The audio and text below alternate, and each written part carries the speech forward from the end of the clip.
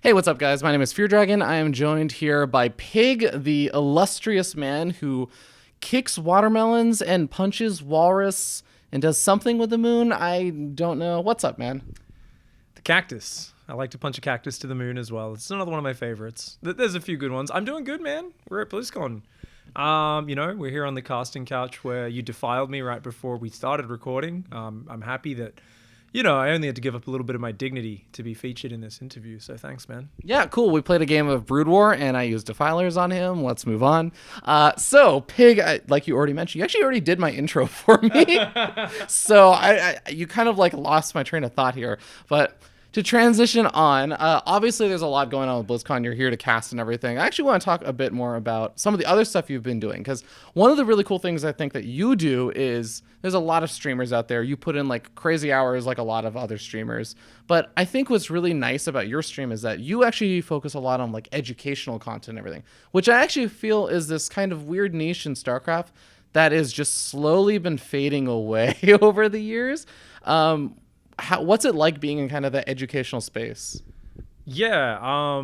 First of all, it fading away, right? Day 9, right, was the OG learning StarCraft guy, and obviously he saw his views go down over the years. I think it's something where education is always good. I think people always usually go to gaming content, and a big driver with esports and Twitch is like to learn, right? Or to be inspired, right? It's like, let's watch someone better than me play the game. The thing is, I think if you're talking esports, it's a more hardcore audience in general, right? Even your casual esports fans are much more hardcore than your casual Twitch fans. So you've got super casual, super hardcore. Most esports people are still somewhere in the middle or towards the casual end of that, in that they'd like to learn or improve, but they actually don't want to necessarily have a really dry video where, you're there in a classroom and you're the history teacher and you're like, well, now I'm going to write down this chapter from the textbook and then you can copy it down into your books. And like, for some reason, we were still learning like that, when I was growing up in high school. And I hope anyone watching this that's still in high school doesn't have to be in such a shit education system, but it's so bad. No one's interested in that. We're bored of it, right? Yeah. In the social media age especially, we need like bite-sized things, and we need action, and we need everything to be kind of mixed together as well. Like, I think things that manage to kind of cross genres and boundaries are the best. I think there's a lot of movies that try to put a lot of elements of different types of genres in one, right? You'll get these action movies that have a love story and they have a bit of comedy, and they try to kind of just mix a whole bunch of shit into one. And I think that's just better. So I for a long time was like trying to do really silly stuff, and then I try to do really educational stuff. And the idea is to slowly get better at doing both at the same time, so that it's like all interwoven throughout the stream, right? So you can have a silly stream where I'm making fart jokes for 20 minutes. And I don't know, maybe there's, someone raging or someone being, a sad StarCraft player and you're making fun of them.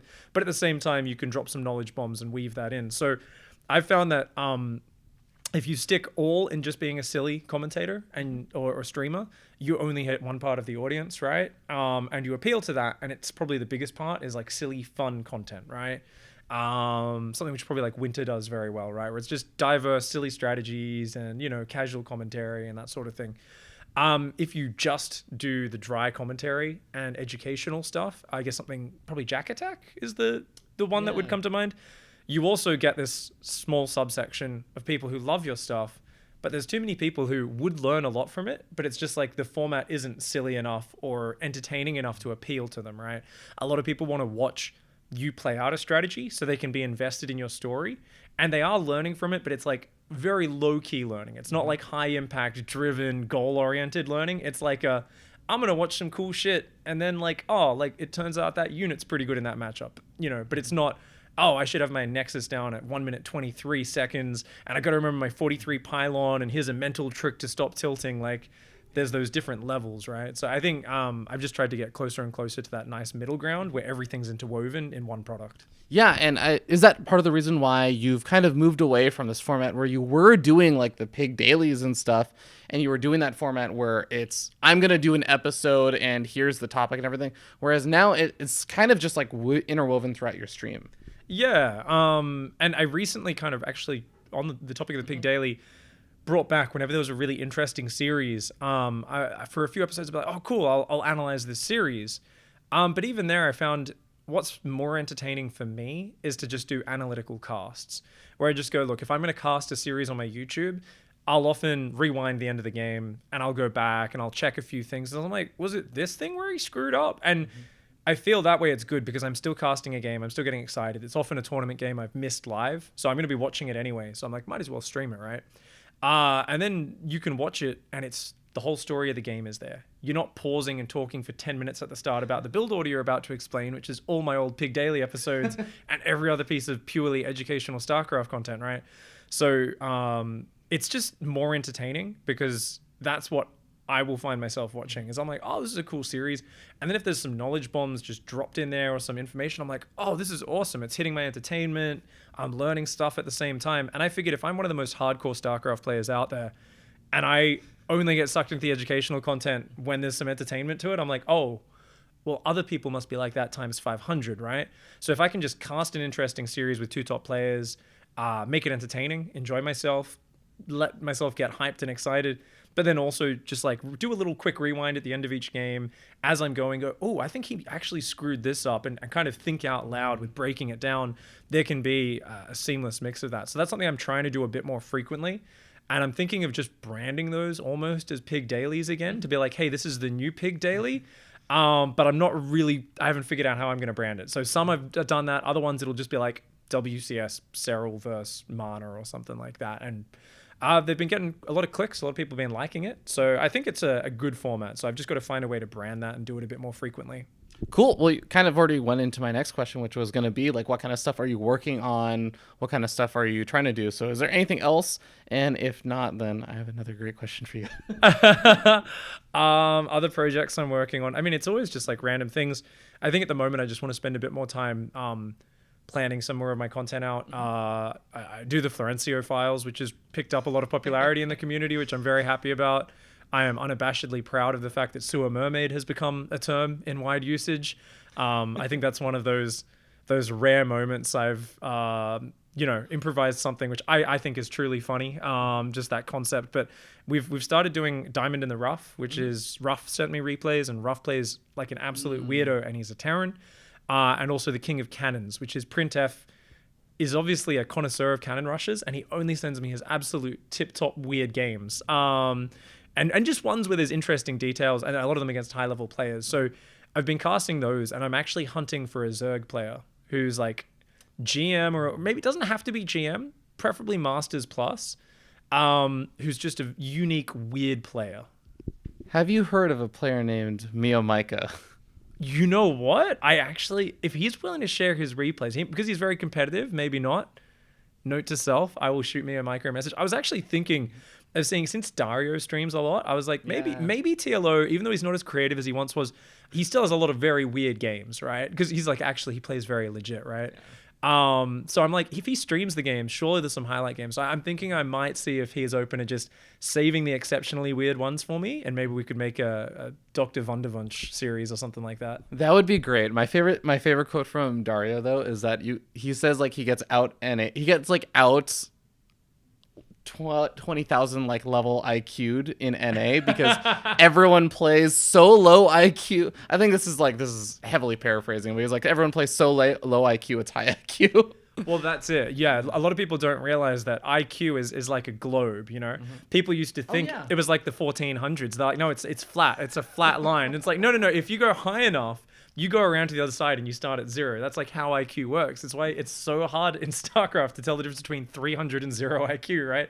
They're right next to each other, and just a tiny change and you're in 0 IQ territory, bam, pull it back, you're in 300. That's one of my favorite things about StarCraft. But cool. So don't want to make this take too long. We all want to go hang out and see friends and everything. There's alcohol waiting in the lobby for us. There is alcohol waiting in the lobby. Actually, I've already had beers in the fridge as well. We've got I have already had one, so you're gonna have to play catch up in a little bit. But close out. First of all, you gotta do your shoutouts. But on top of the shoutouts, I always say you have to either do a 95% like unknown fact, like 95% of people don't know about you, or you can do a call out. So you call someone out. Ooh, okay, 95% fact. Shoutouts first. Shoutouts. I mean, follow my stream, twitch.tv x5 _pig. Check out my favorite stream, twitch.tv/FearDragon64. It is 64, right? I remembered it. Remember the number. Yeah, harass him to play more team games with us and to stream every day. No, that's it. Just yeah, have fun, enjoy BlizzCon. Should be Okay, awesome. cool. And call out or useful but unknown fact. Useful but unknown fact. Doesn't actually have to be useful. Yeah, just unknown fact. Ooh.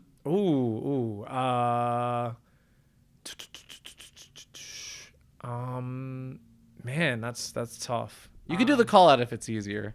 And this is also the reason why I make you do shoutouts first, because I want the ending note, the final note, to be like a call out. if you go for that. I guess useless fact. I don't know. My mind's just jumping through so many random things. Yeah, I once traded my pants with a guy, a homeless dude, to buy me liquor, and then he both took my pants and turned out there was a back entrance to the liquor shop, and he just went out the back and jumped the fence and ran away. So he got my $20 and my pair of jeans. Yeah. This is when you were underage. Oh yeah, of course, underage. Yeah. Great time, great story. I came from a very refined background. Yeah, no, it was a good night. Okay, well, with that short story, we're going to be calling it. Thank you guys so much for watching. I'll see you next time.